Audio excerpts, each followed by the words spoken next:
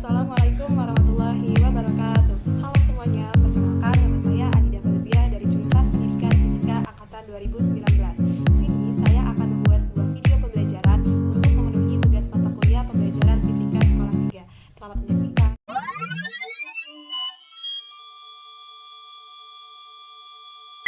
Assalamualaikum warahmatullahi wabarakatuh.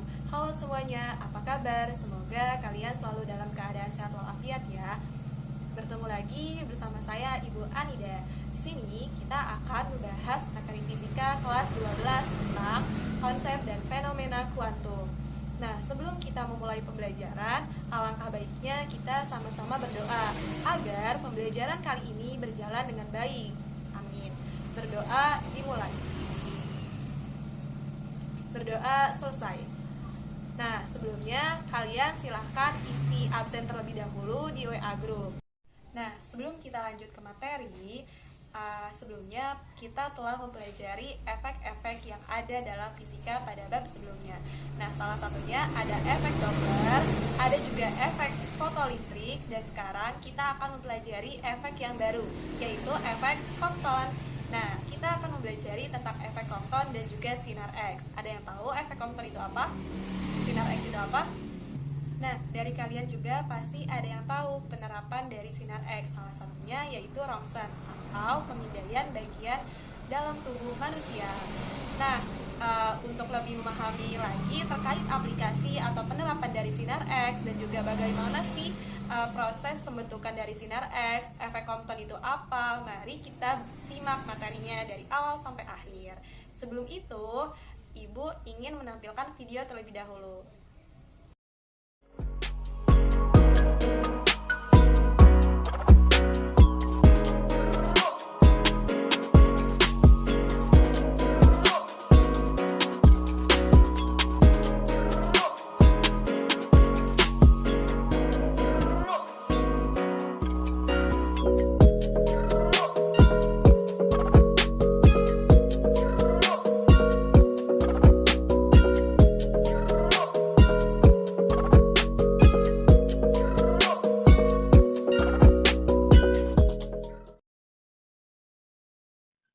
Video tadi merupakan video percobaan dari sinar X dan juga efek Compton. Nah, untuk lebih memahami bagaimana percobaan dari efek Compton dan juga sinar X, mari kita simak materinya. Nah, sebelumnya, apakah ada yang tahu efek Compton itu apa? Oke, langsung saja. Jadi, efek Compton merupakan sebuah peristiwa terhamburnya sinar X atau foton saat menumbuk elektron, dia menjadi foton terhambur dan elektron. Nah, foton ini merupakan partikel dasar dalam fenomena elektromagnetik. Biasanya, foton dianggap sebagai pembawa radiasi elektromagnetik.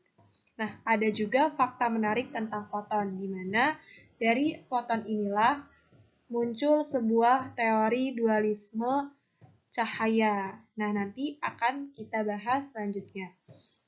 Nah, untuk efek Compton ini, efek Compton ditemukan oleh seorang fisikawan bernama Arthur Holly Compton, di mana beliau pada tahun 1932 ini melakukan eksperimen penembakan sinar X yang dikeluarkan dari bahan radioaktif lempengan tipis. Dari percobaan inilah beliau bisa menemukan teori efek Compton. Ternyata ada fakta menarik tentang foton, di mana foton memiliki dua sifat, yaitu foton sebagai partikel dan foton sebagai gelombang. Nah, foton sebagai partikel ini menurut teori kuantum cahaya, foton berlaku sebagai partikel. Hanya saja foton ini tidak memiliki massa diam. Nah, foton ini memiliki massa M0, yaitu massa diam elektron, di mana massanya itu 9,1 dikali 10 pangkat min 31 kg. Nah, kemudian foton sebagai gelombang. Seperti yang kita ketahui, efek Compton merupakan peristiwa terhamburnya foton. Nah, foton ini ternyata dia dapat dibiaskan, dapat dipantulkan, dan juga dapat dihamburkan. Oleh karena itu, foton dapat dikatakan sebagai gelombang maupun partikel.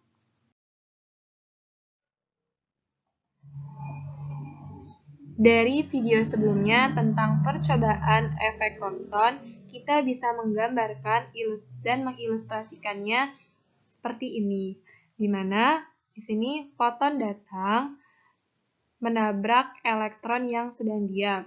Nah, kemudian setelah foton ini menumbuk elektron, kemudian foton pun terhambur dan elektron juga ikut terhambur. Nah, dari sini kita bisa menemukan ciri-ciri cahaya atau foton yang memiliki sifat sebagai partikel, yaitu yang pertama, foton atau cahaya bergerak dengan kecepatan c. Nah, kecepatan c ini merupakan kecepatan cahaya, di mana nilainya 3 kali 10 pangkat 8 meter per sekon.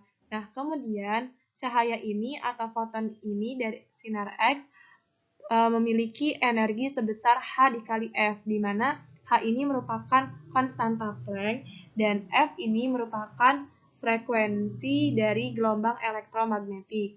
Nah, H ini merupakan ketetapan, jadi nilainya tetap, yaitu 6,625 dikali 10 pangkat min 34 Joule sekon. Nah, kemudian cahaya ini terkonsentrasi di bagian dalam daerah dengan ruang terbatas. Kemudian, cahaya ini memiliki momentum linier sebesar P sama dengan energi dibagi kecepatan cahaya dengan massa yaitu M0. M0 ini merupakan massa diam elektron. Dari percobaan yang telah dilakukan oleh Arthur Hoyt Compton, kita dapat menemukan persamaan efek Compton dengan mengaitkan persamaan yang telah ditemukan oleh Einstein maupun Max Planck. Nah, di sini ada rumus energi dalam persamaan Einstein, di mana Einstein mengemukakan bahwa E sama dengan M dikali C kuadrat. Nah, C ini jika kita jabarkan, M dikali C dikali C. Nah, seperti yang kita ketahui, C ini merupakan kecepatan ya, kecepatan cahaya. Nah, maka M dikali V seperti yang kita ketahui yaitu momentum. Nah, oleh karena itu, E sama dengan P dikali C. Nah, seperti yang tadi telah dijelaskan, P juga bisa kita tulis sama dengan E dibagi C. Nah, kemudian di sini ada rumus energi dalam persamaan foton Planck. Foton Planck mengatakan bahwa E sama dengan H dikali F. Nah, di mana H ini merupakan tetapan Planck, nilainya 6,625 dikali 10 pangkat min 34 Joule sekon. Nah, F ini merupakan frekuensi dari gelombang elektromagnetik. Nah, seperti kita ketahui, E-nya itu P dikali C, maka kita bisa ganti E-nya sehingga P-nya itu sama dengan H kali F dibagi C. Nah, karena F dibagi C ini merupakan 1 per lambda karena lambda sama dengan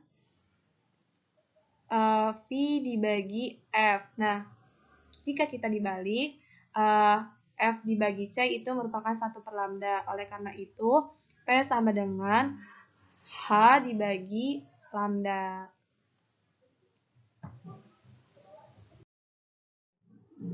Selain itu, kita juga bisa mengetahui pergeseran Compton dari percobaan yang telah dilakukan oleh Compton.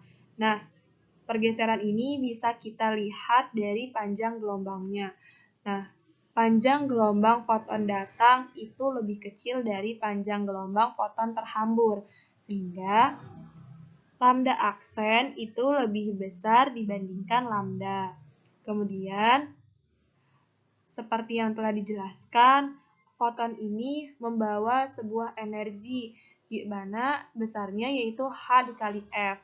Nah, energi foton datang itu lebih besar dibandingkan energi foton terhambur, sehingga E aksen lebih kecil dari E. Nah, karena energi ini berbanding lurus dengan frekuensi, maka frekuensi dari foton terhambur ini lebih kecil dibandingkan frekuensi foton datang. Nah, dengan menggunakan hukum kekekalan momentum dan juga hukum kekekalan energi, Compton dapat menunjukkan perubahan panjang gelombang foton terhambur. Nah, rumusnya itu dapat diperoleh nih. Lambda aksen dikurangi lambda sama dengan H dibagi M0 dikali C dikali 1 min cos theta. Di mana lambda aksen ini merupakan panjang gelombang sinar X setelah tumbukan atau setelah menabrak ya. Kemudian panjang gelombang lambda ini panjang gelombang sinar X sebelum tumbukan. H ini konstanta Planck yang nilainya 6,625 kali 10 pangkat min 34. Nah, M0 ini massa diam elektron, nilainya 9,1 dikali 10 pangkat min 31. Dan theta ini sudut hamburan sinar X terhadap arah semula. Ini bisa ditunjukkan dengan derajat atau radian. Nah, biasanya ini H dibagi M0 dikali C ini merupakan panjang gelombang Compton disebutnya. Selanjutnya, kita akan membahas tentang penerapan efek Compton dalam kehidupan sehari-hari. Yang pertama, ini ada yang tahu gambar apa? Nah, ini merupakan Comptel atau teleskop Compton. Nah, teleskop Compton ini merupakan perkembangan dari teleskop pencar Compton. Pada teleskop pencar Compton terdapat dua tingkatan instrumen.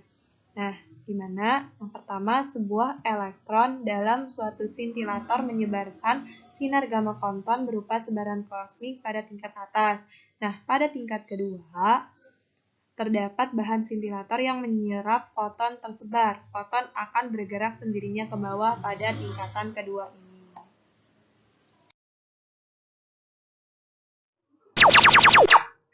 Selanjutnya, yaitu yang kedua, ada spektroskopi gamma. Nah, sinar gamma ini merupakan sebuah sinar yang tidak dapat terlihat oleh kasat mata yang dihasilkan oleh bahan radioaktif. Nah, oleh karena itu, perlu ada sebuah detektor untuk mengetahui keberadaannya. Nah, detektor untuk menangkap sinar gamma ini namanya NAI atau TI. Nah, ketika sinar gamma itu mengenai sebuah detektor, terjadi sebuah efek. Nah, efek ini ada 3, efek Compton, efek fotolistrik, dan efek bentukan pasangan. Nah, dari ketiga efek inilah spektroskopi gamma ini menghasilkan sebuah sintilasi atau pancaran sinar atau pancaran cahaya. Nah, selanjutnya kita akan membahas tentang sinar X. Sebelumnya, siap nih ya, kita lanjut. Oke, lanjut. Ada yang tahu apa itu sinar X? Oke, jika tidak ada yang tahu, langsung saja kita simak. Sinar X. Sinar X merupakan suatu gelombang elektromagnetik dengan panjang gelombang yang sangat pendek. Akan tetapi, sinar X ini memiliki energi yang sangat besar. Nah, sinar X juga mempunyai daya tembus yang sangat tinggi. Nah, kemudian sinar X ini mempunyai ukuran panjang gelombangnya mulai dari 0,01 sampai 10 nanometer. Nah, sinar X ditemukan oleh seorang fisikawan yang berasal dari Jerman, yaitu Wilhelm Conrad Rontgen. Nah, ini foto beliau. Selanjutnya, kita akan membahas tentang asal mula proses terbentuknya sinar X. Nah, teman-teman bisa menyimak video berikut. Pada tahun 1895, Rongson melakukan percobaan menggunakan sinar katoda. Pada awalnya, sinar katoda tidak bisa menembus apapun dan akan langsung berhenti terhalang oleh beberapa sentimeter udara. Agar tidak ada cahaya keluar, maka Rongson menutupnya dengan kain hitam. Akan tetapi, ia kaget ketika melihat layar neon yang berada di dekatnya mulai berpendar seperti ada sinar yang menyebabkan layar itu berpendar. Nah, apa ya radiasi itu? Maka Rongson menamai sinar yang tidak tampak itu dengan nama sinar X. Nah, kemudian Rongson pun melakukan penelitian dan beliau mendapatkan sifat-sifat dari sinar X. Dari percobaan yang telah dilakukan oleh Rongson, kita dapat mengetahui sifat-sifat dari sinar X. Nah, seperti yang kita ketahui, sinar X ini tidak dapat dilihat dengan mata kita, karena sinar X ini bergerak lurus dan pergerakannya sama dengan kecepatan cahaya, yaitu 3 kali 10 pangkat 8 meter per sekon. Nah, kemudian kita juga dapat mengetahui ciri-ciri fisik dari sinar X, yaitu yang pertama ada daya tembus, pertebaran, dan penyerapan, kemudian fluoresensi, ionisasi, dan efek biologis. Sifat yang pertama yaitu daya tembus sinar X. Nah, sinar X ini merupakan sinar yang dapat menembus benda-benda yang padat, seperti besi, tulang, dan juga gigi. Nah, semakin tinggi tegangan yang dipakai, semakin besar juga daya tembusnya. Jadi, semakin rendah kepadatan suatu benda, maka sinar X semakin besar daya tembusnya.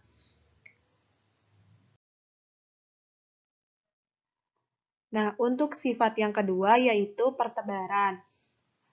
Nah, untuk sifat yang kedua ini, apabila berkas sinar X melewati suatu bahan, maka berkas sinar X ini akan bertebaran ke seluruh arah, sehingga menimbulkan radiasi sekunder atau radiasi hambur. Nah, hal ini mengakibatkan terjadinya gambar radiograf, dan pada film akan tampak pengaburan kelabu secara menyeluruh.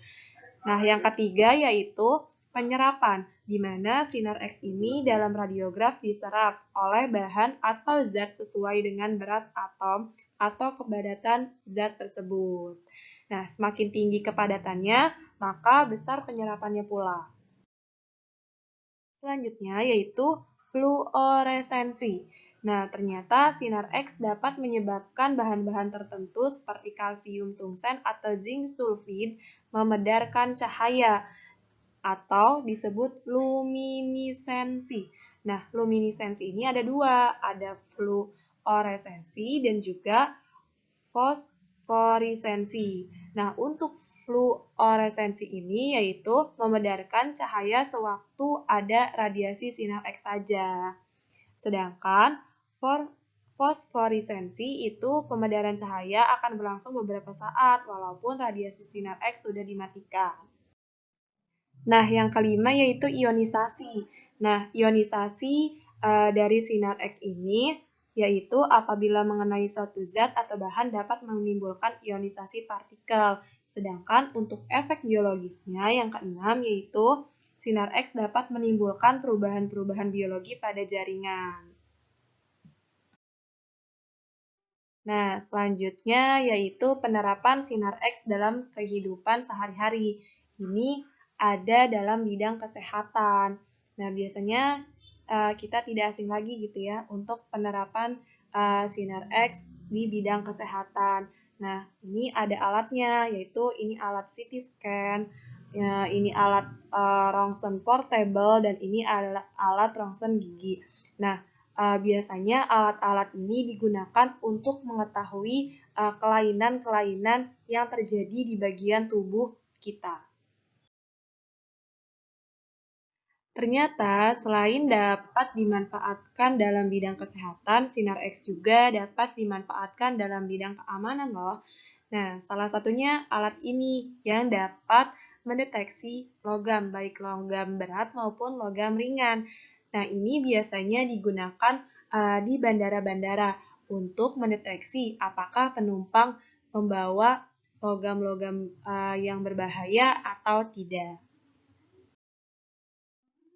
Selanjutnya kita akan membahas contoh soal. Nah, contoh soal yang pertama yaitu sebuah foton memiliki panjang gelombang 0,4 nanometer dan menabrak elektron yang berada dalam keadaan diam dan memantul kembali dengan sudut 150 derajat ke arah asal.